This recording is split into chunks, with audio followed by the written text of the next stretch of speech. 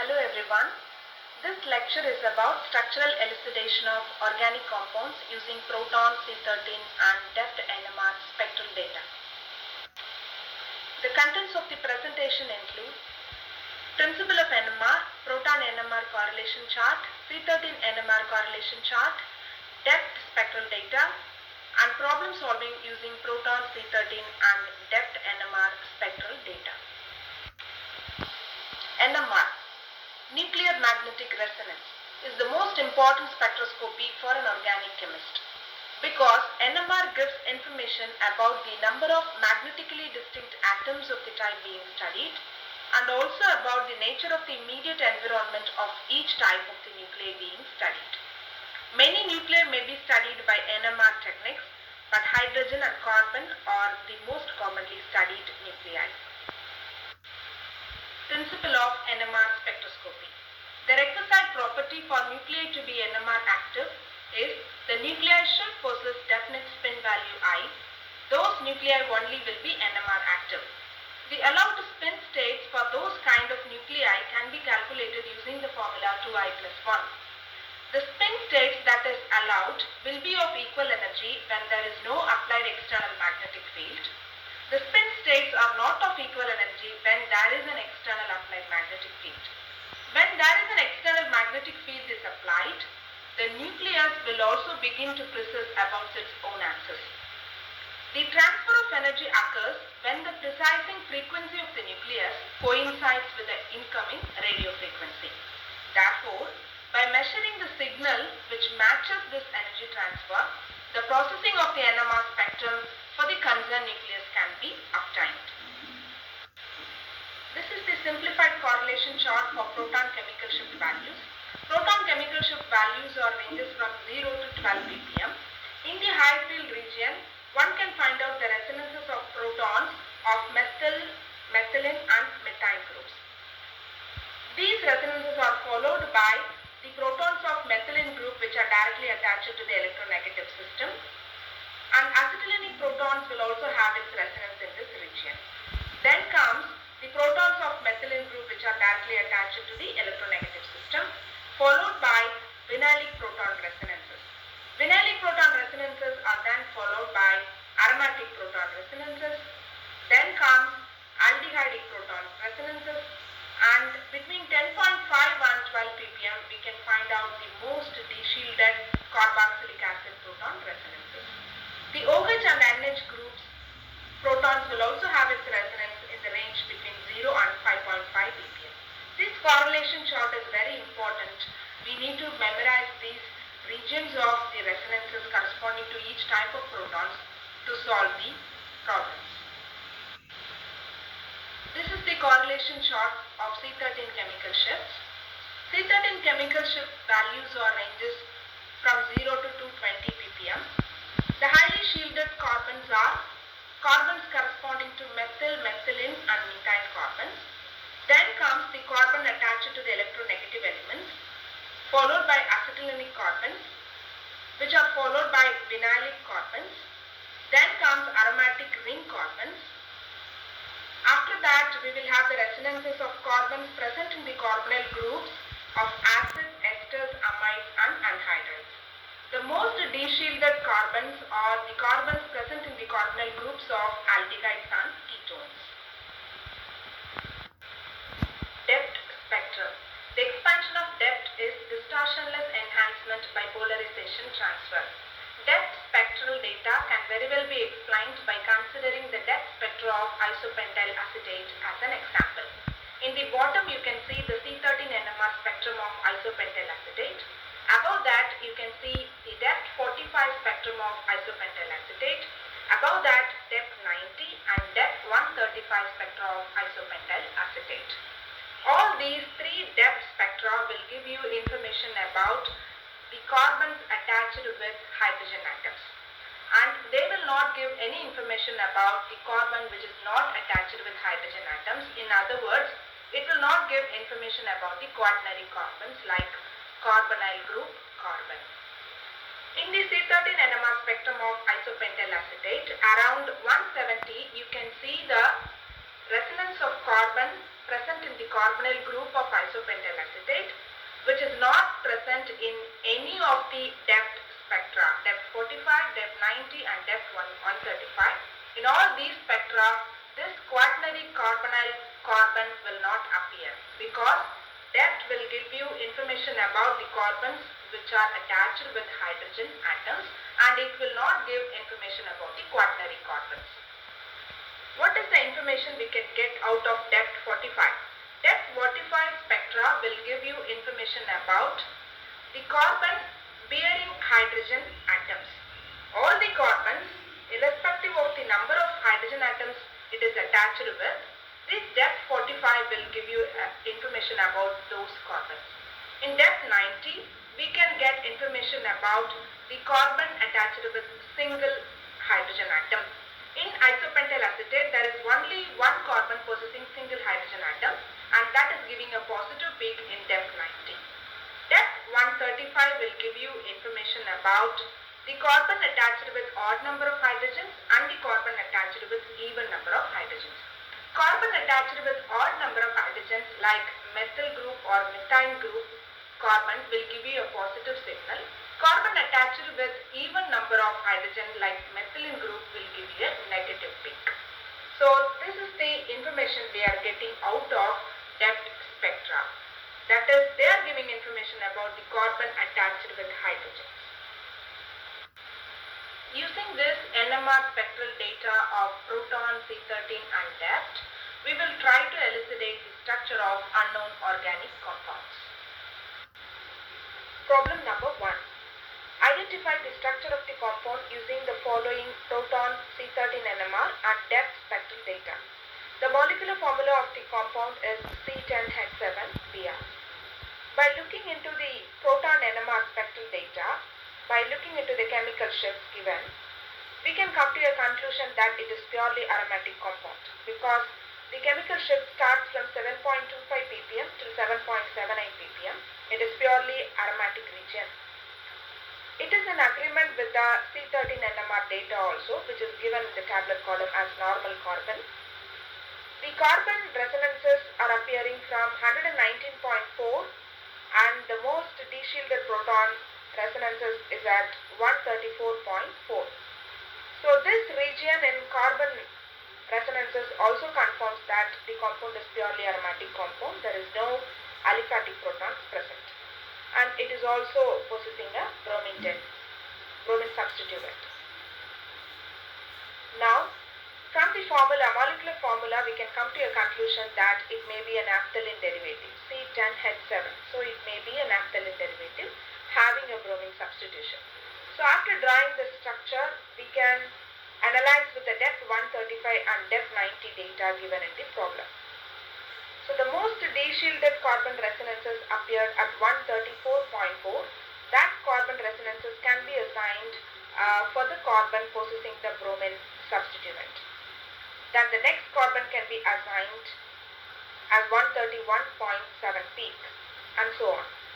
So in aromatic proton, all of them are single. So the carbon possessing single hydrogens can give you a positive peak in DEPT 90 and in DEPT 135. So the structure of the compound is in well agreement with the spectral data that is provided. Problem number 2. The molecular formula of the unknown compound is given as C8H6O2, and from the proton NMR and C13 NMR spectral data, we can come to a conclusion that this compound may be a symmetric compound because there are only 2 resonances given for proton NMR and there are only 3 resonances given for C13 NMR. So as the symmetry of the compound increases, the spectroscopic line will decrease. So we can say it is a highly symmetric compound. And the resonance at 10.2 in proton NMR spectral data provides us information that the compound may contain an aldehydic hydrogen. And as the molecular formula contains 2 oxygen, we can come to a conclusion that the compound may be a dialdehyde.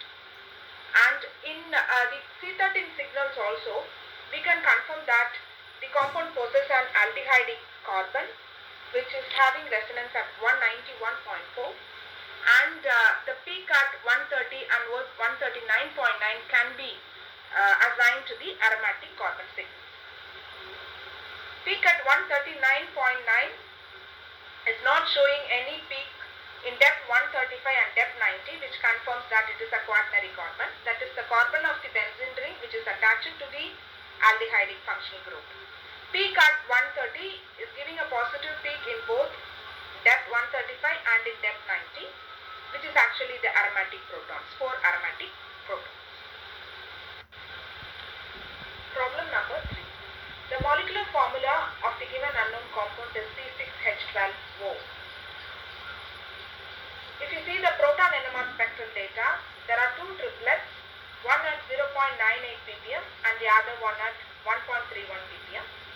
So these two triplets gives us information that there are two methyl groups attached to a CH2 group.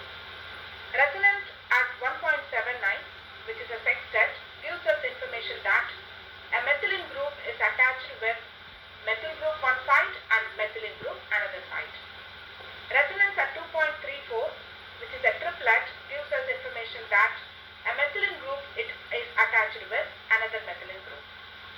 And resonance at 4.14, which is a quartet, gives us information that a methylene group is attached with a methyl group. So from the proton NMR spectral data, we can come to a conclusion that the compound may be a ketone. The carbon NMR spectral data also confirms the deduced structure. The most de-shielded carbon, which is having resonance at 211, is corresponding to the carbonyl carbon, and there are three negative peaks in depth 135, at 26, at 36 and at 48. Those three negative peaks are due to the presence of three methylene groups, because those carbons are possessing even number of hydrogens, so those carbons are giving a negative peak in depth 135 spectrum. Then peak at 9 and 14 are corresponding to the two methyl groups, which is also giving a positive peak in depth 135, since the methyl groups are possessing odd number of hydrogens. Since the compounds do not have carbons with single hydrogens, so there won't be any peak in depth 90. Problem number 4. The molecular formula of the given unknown compound is C8H11NO. The proton resonance at 1.3 is corresponding to the hydrogen present in OH group. The resonance at 2.51 and 2.59 are corresponding to the methylene protons, which is diastereotopic, which is attached to the NH2 group. Resonance at 4.35 is corresponding to the methyl proton, which is attached to a methylene group. Resonance at 5.2 is corresponding to the two hydrogens of NH2 group, which is giving singlet. And resonance at 7.36, which is a multiplet, is corresponding to the 5 aromatic hydrogens. Now we will check the C13 NMR signal whether it is in good agreement with the deduced structure. Carbon resonance at 49.2 is giving a negative peak in depth 135. From that we can confirm that it is a CH2 group. Carbon signal at 74.1 ppm is giving a positive peak in depth 135 and also a positive peak in depth 90, which confirms that there is an aliphatic carbon possessing single hydrogen.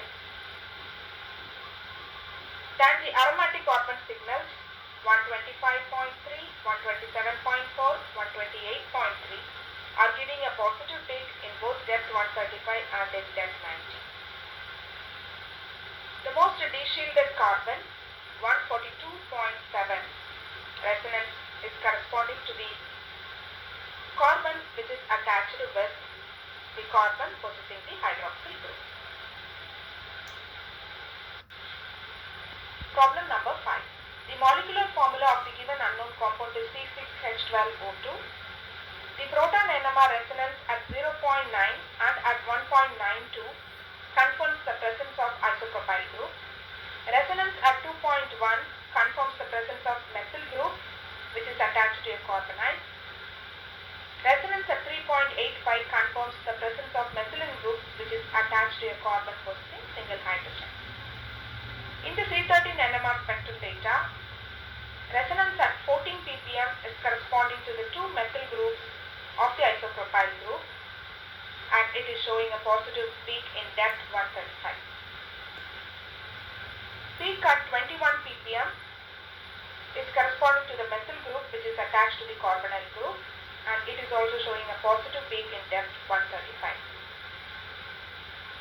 Peak at 34 ppm is corresponding to the carbon which is having even number of hydrogens, that is CH2 group, and that's why in depth 135 the carbon shows a negative peak. Peak at 58 ppm is giving a positive peak in depth 135 and also a positive peak in depth 90, which confirms that carbon is possessing a single hydrogen, that is the methyl carbon. And the most de-shielded resonance at 202 ppm is corresponding to the carbonyl carbon.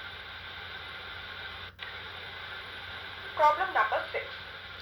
The molecular formula of the given unknown compound is C8H14O3. The proton NMR data, the resonance at 1.5 ppm is corresponding to the methyl groups which is actually isolated, which is attached to the carbonyl group. Resonance at 2.3 ppm is due to the methylene group which is bridging the two carbonyl groups. Resonance at 3.3 ppm is corresponding to the three methyl groups attached to a quaternary carbon. In the C13 NMR spectra, resonance at 27.9, which is giving a positive peak in depth 135, is corresponding to the three methyl group, and resonance at 30.1, which is also showing a positive peak, is corresponding to the methyl carbon which is attached to the carbonyl group. Resonance at 51.5 is corresponding to a CH2 group which is actually bridging the two carbonyl groups, which also giving a negative peak in depth 135 as the carbon possesses even number of hydrogen atoms. Resonance at 81.9 is not showing any peak in depth 135, depth 90, confirms that this is a quaternary aliphatic carbon, which is the quaternary carbon to which three methyl group and one oxygen are connected. Resonance at 200.1 and 202.2 corresponding to the two carbonyl carbon, and depending upon the electronegativity of the surrounding we can assign those carbons. Problem number 7. The molecular formula of the compound is C5H9NO4. The resonance at 1.2 ppm in proton NMR spectral data is corresponding to the methyl proton which is attached to the methylene group. Resonance at 1.9 ppm is corresponding to the methyl protons attached to the methine group. Resonance at 4.2 is corresponding to the methylene protons attached to the methyl group. And resonance at 5.2 is corresponding to the methine proton attached to the methyl group. In the C13 NMR spectral data, the resonance at 14 ppm is corresponding to the carbon which possesses odd number of hydrogen atoms. That's why it is showing a positive peak in depth 135. It must be a methyl group because in depth 90 there is no peak. So 14 can be assigned to a methyl group and 16 can also be assigned to a methyl group, and the resonance at 63 ppm can be assigned to the methylene group as the carbon possesses even number of hydrogen, 2 hydrogens. Resonance at 83 ppm is giving a positive peak in both depth 135 and in depth 90, which is corresponding to the carbon possessing single hydrogen atom. Resonance at 165 ppm is a quaternary carbon, that is corresponding to the ester carbonyl carbon.